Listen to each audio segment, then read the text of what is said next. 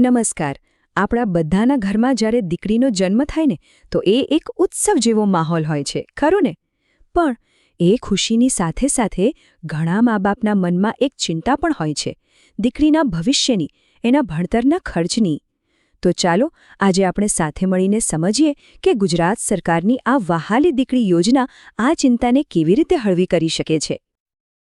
આપણે ત્યાં તો સદીઓથી કહેવાતું આવ્યું છે કે દીકરી તો તુલસીનો ક્યારો, ઘરની શોભા છે, સાક્ષાત લક્ષ્મીનું સ્વરૂપ છે. આ વાત તો આપણા લોહીમાં છે. પણ સાચી વાત એ પણ છે કે આજના જમાનામાં ખાલી વહાલથી બધું નથી થતું. દીકરીના સારા ઉછેર, એના શિક્ષણ અને એના ઉજ્જવળ ભવિષ્ય માટે પૈસાની એટલે કે આર્થિક ટેકાની પણ એટલી જ જરૂર પડે છે. બસ આ જ ચિંતાને દૂર કરવા માટે સરકાર એક યોજના લઈને આવી છે.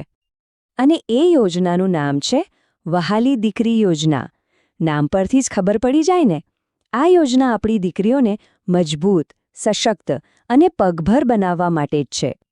તો સવાલ એ થાય કે આ યોજનાનો મુખ્ય ઉદ્દેશ્ય શું છે? જુઓ, એના 3 મોટા ફાયદા છે. પહેલો, દીકરીઓના જન્મદરને વધારવાનો, સમાજમાંથી ભ્રૂણહત્યા જેવી બદીને દૂર કરવાનો. બીજો, દીકરીઓને ભણવા માટે પ્રોત્સાહન આપવાનો, જેથી એ આત્મવિશ્વાસથી દુનિયાનો સામનો કરી શકે. અને ત્રીજો અને સૌથી અગત્યનો, બાળલગ્ન અટકાવવાનો. ટૂંકમાં કહીએ તો દીકરીના જન્મથી લઈને એ 18 વર્ષની થાય ત્યાં સુધી સરકાર એની સાથે છે. ચાલો હવે આવીએ સૌથી મહત્વના સવાલ પર. મને ખબર છે બધાના મનમાં આ જ ચાલી રહ્યું હશે કે ભાઈ આ યોજનામાં પૈસા કેટલા મળે છે, આર્થિક સહાય કેટલી અને ક્યારે મળે.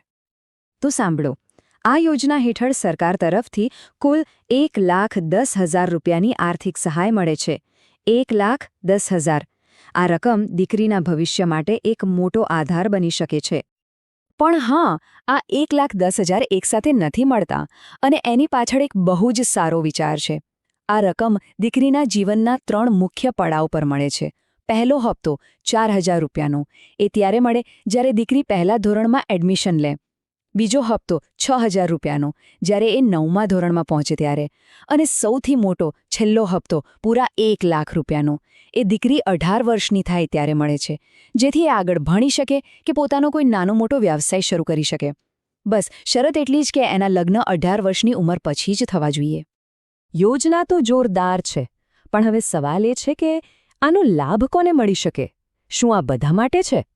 તો ના, આ યોજના ખાસ કરીને એવા પરિવારો માટે છે જેમને ખરેખર આર્થિક મદદની જરૂર છે. ચાલો એની પાત્રતા વિશે જાણી લઈએ.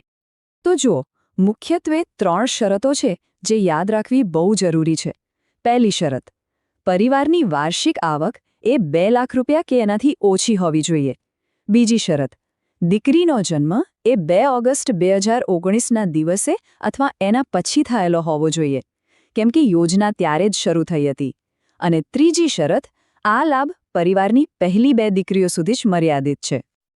પણ અહીં એક ખાસ નિયમ છે જે જાણવો બહુ જરૂરી છે. માની લો કે કોઈ પરિવારમાં પહેલી 1 દીકરી છે અને બીજે વાર જ્યારે બાળક જન્મે ત્યારે જોડિયા દીકરીઓ થાય, તો એવા કિસ્સામાં એ ત્રીજી દીકરીને પણ લાભ મળશે, એટલે કે 3 દીકરીઓ યોજના માટે પાત્ર ગણાશે. ચાલો ધારો કે કોઈ પરિવાર આ બધી શરતોમાં બંધબેસતો હોય, તો હવે શું? અરજી ક્યાં અને કેવી રીતે કરવી? હવે એ સમજીએ. અરજી કરવા જાઓ એ પહેલાં અમુક કાગળિયા તૈયાર રાખવા પડે. કયા કયા?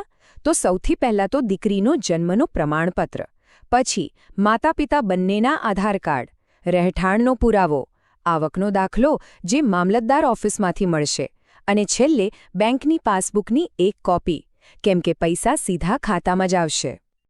હવે અરજી ક્યાં કરવી એ પણ બહુ સહેલું છે.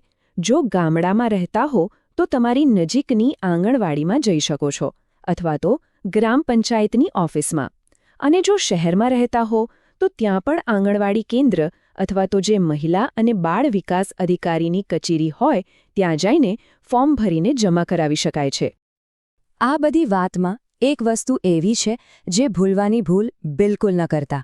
આ સૌથી અગત્યની વાત છે. બસ આ એક આંકડો મગજમાં ફિટ કરી લો. 1 વર્ષ. આ છે સૌથી મહત્વની ડેડલાઇન. મતલબ કે દીકરીનો જન્મ થાય એના 1 જ વર્ષની અંદર તમારે અરજી કરી દેવાની છે. આ ફરજિયાત છે. જો 1 વર્ષ અને 1 દિવસ પણ થઈ ગયો તો પછી આ યોજનાનો લાભ નહીં મળે. એટલે જરા પણ મોડું કર્યા વગર આ કામ બતાવી દેવું. તો આખી વાતનો સાર શું છે? વહાલી દીકરી યોજના એ ખાલી પૈસાની મદદ નથી. આ તો દીકરીના ભણતરમાં, એના ભવિષ્યમાં સરકાર તરફથી કરવામાં આવેલું એક રોકાણ છે. દીકરીને કોઈ પર નિર્ભર ન રહેવું પડે એના માટેનું એક મજબૂત કદમ છે. છેલ્લે બસ એક વાત પર વિચાર કરીએ. જ્યારે એક દીકરી ભણે છે, પગભર થાય છે, ત્યારે એ ખાલી પોતાનું જીવન નથી સુધારતી, એ તો આખા પરિવાર અને આવનારી પેઢીનું ભવિષ્ય સુધારી દે છે. તો વિચારો, આ યોજના સમાજમાં કેટલો મોટો અને સારો બદલાવ લાવી શકે છે. જો આપની આસપાસ કોઈ એવો પરિવાર હોય જેને આ યોજનાની જરૂર હોય તો આ માહિતી એમના સુધી ચોક્કસ પહોંચાડજો. એક નાનકડી મદદ કોઈ દીકરીનું ભવિષ્ય બનાવી શકે છે.